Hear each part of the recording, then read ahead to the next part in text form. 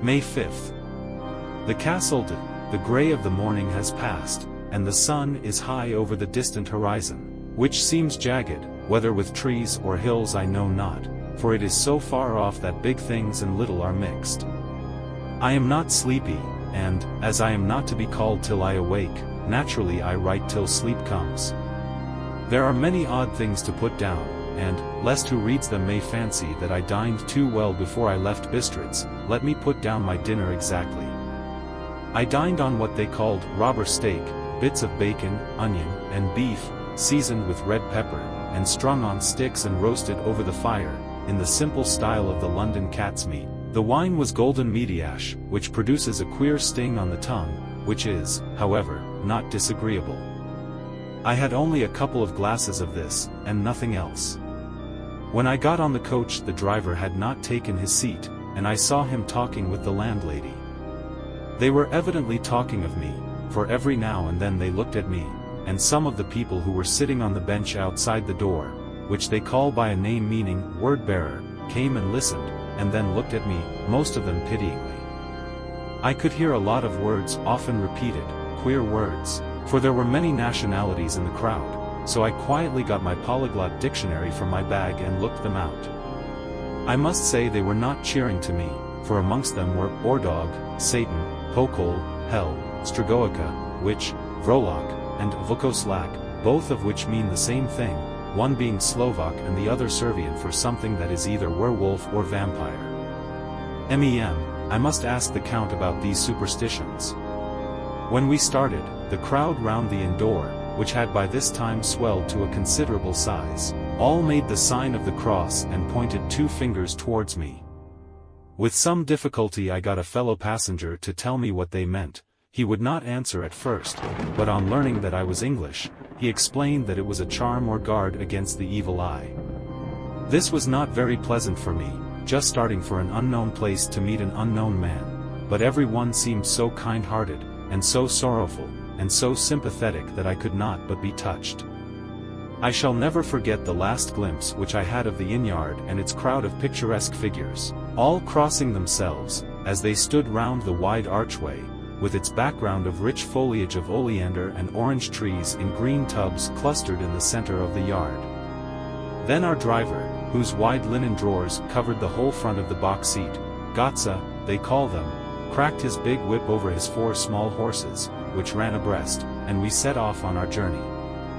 I soon lost sight and recollection of ghostly fears in the beauty of the scene as we drove along, although had I known the language, or rather languages, which my fellow passengers were speaking, I might not have been able to throw them off so easily. Before us lay a green sloping land full of forests and woods, with here and there steep hills, crowned with clumps of trees or with farmhouses, the blank gable end to the road.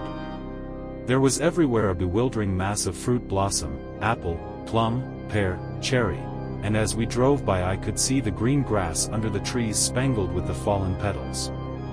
In and out amongst these green hills of what they call here the middle land, ran the road, losing itself as it swept round the grassy curve, or was shut out by the straggling ends of pine woods, which here and there ran down the hillsides like tongues of flame. The road was rugged, but still we seemed to fly over it with a feverish haste. I could not understand then what the haste meant, but the driver was evidently bent on losing no time in reaching Borgo Prund. I was told that this road is in summertime excellent, but that it had not yet been put in order after the winter snows. In this respect it is different from the general run of roads in the Carpathians, for it is an old tradition that they are not to be kept in too good order. Of old the hospodars would not repair them, lest the Turk should think that they were preparing to bring in foreign troops, and so hasten the war which was always really at loading point. Beyond the green swelling hills of the middle land rose mighty slopes of forest up to the lofty steeps of the Carpathians themselves.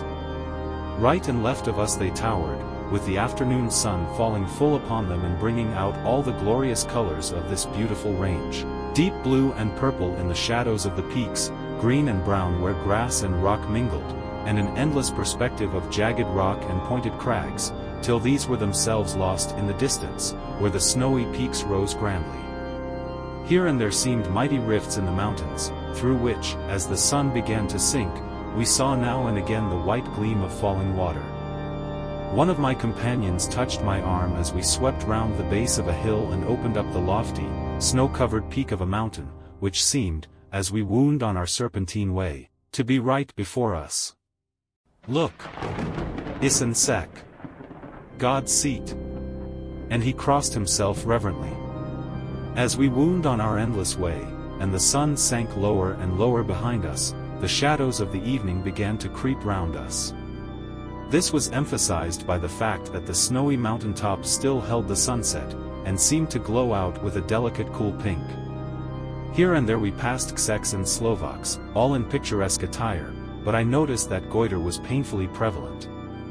By the roadside were many crosses, and as we swept by, my companions all crossed themselves. Here and there was a peasant man or woman kneeling before a shrine, who did not even turn round as we approached, but seemed in the self-surrender of devotion to have neither eyes nor ears for the outer world.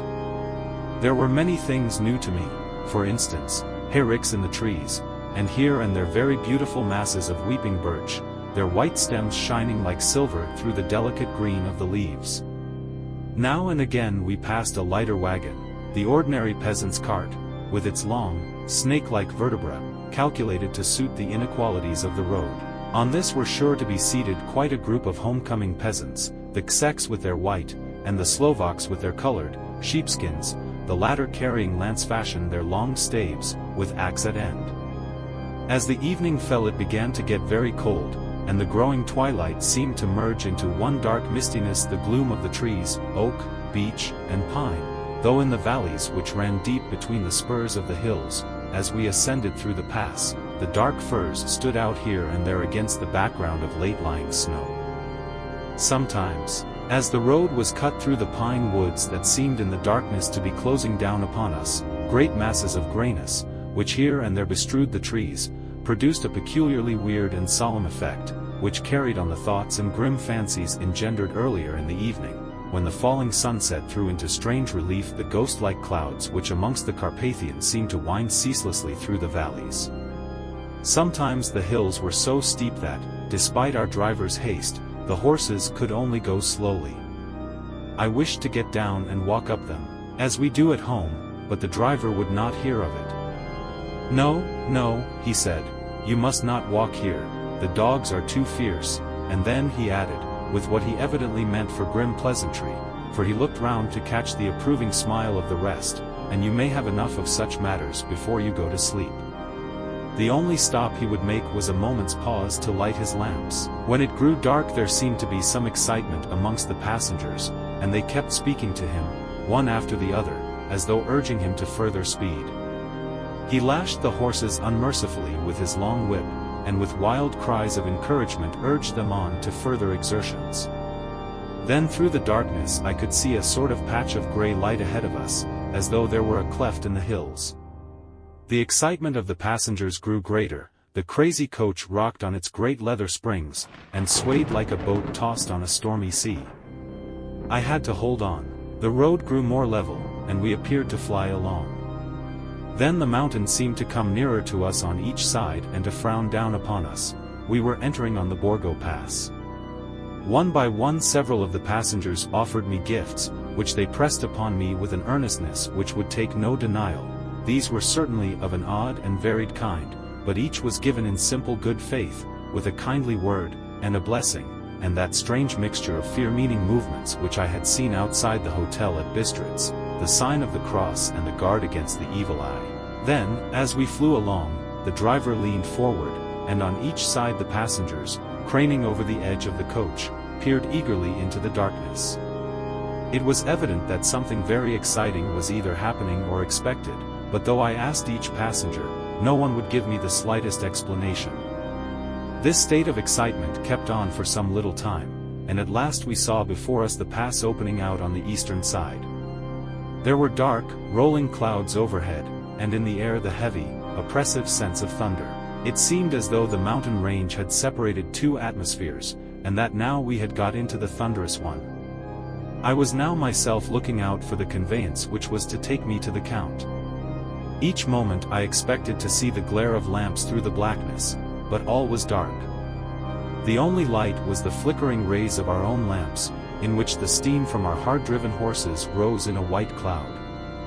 We could see now the sandy road lying white before us, but there was on it no sign of a vehicle. The passengers drew back with a sigh of gladness, which seemed to mock my own disappointment. I was already thinking what I had best do, when the driver, looking at his watch, said to the others something which I could hardly hear. It was spoken so quietly and in so low a tone, I thought it was an hour less than the time. Then turning to me, he said in German worse than my own, "There is no carriage here.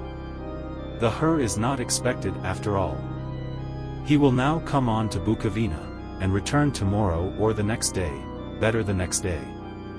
Whilst he was speaking, the horses began to neigh and snort and plunge wildly, so that the driver had to hold them up.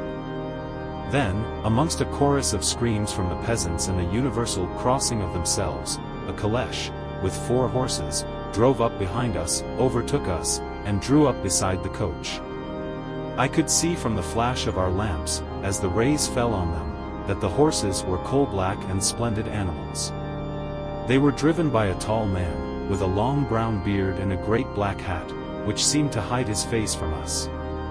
I could only see the gleam of a pair of very bright eyes, which seemed red in the lamplight.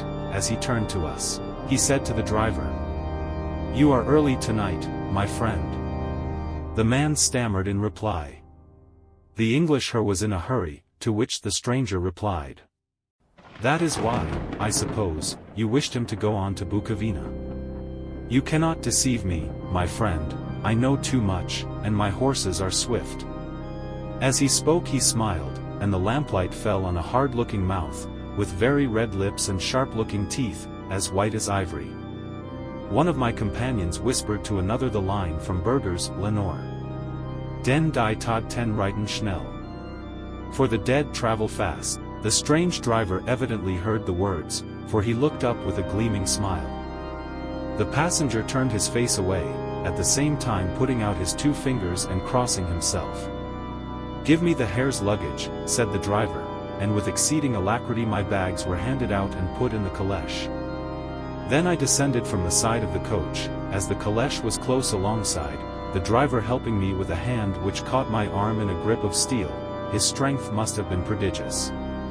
Without a word he shook his reins, the horses turned, and we swept into the darkness of the pass. As I looked back I saw the steam from the horses of the coach by the light of the lamps, and projected against it the figures of my late companions crossing themselves. Then the driver cracked his whip and called to his horses, and off they swept on their way to Bukovina. As they sank into the darkness I felt a strange chill, and a lonely feeling came over me, but a cloak was thrown over my shoulders, and a rug across my knees, and the driver said in excellent German, "The night is chill, mein Herr, and my master the Count bade me take all care of you. There is a flask of Slivovitz, the plum brandy of the country, underneath the seat, if you should require it." I did not take any, but it was a comfort to know it was there all the same. I felt a little strangely, and not a little frightened. I think had there been any alternative I should have taken it, instead of prosecuting that unknown night journey. The carriage went at a hard pace straight along, then we made a complete turn and went along another straight road. It seemed to me that we were simply going over and over the same ground again, and so I took note of some salient point, and found that this was so. I would have liked to have asked the driver what this all meant, but I really feared to do so, for I thought that, placed as I was, any protest would have had no effect in case there had been an intention to delay. By and by, however, as I was curious to know how time was passing, I struck a match, and by its flame looked at my watch. It was within a few minutes of midnight. This gave me a sort of shock, for I suppose the general superstition about midnight was increased by my recent experiences. I waited with a sick feeling of suspense. Then a dog began to howl somewhere in a farmhouse far down the road, a long, agonized wailing, as if from fear. The sound was taken up by another dog, and then another and another, till, borne on the wind which now sighed softly through the pass, a wild howling began, which seemed to come from all over the country, as far as the imagination could grasp it through the gloom of the night.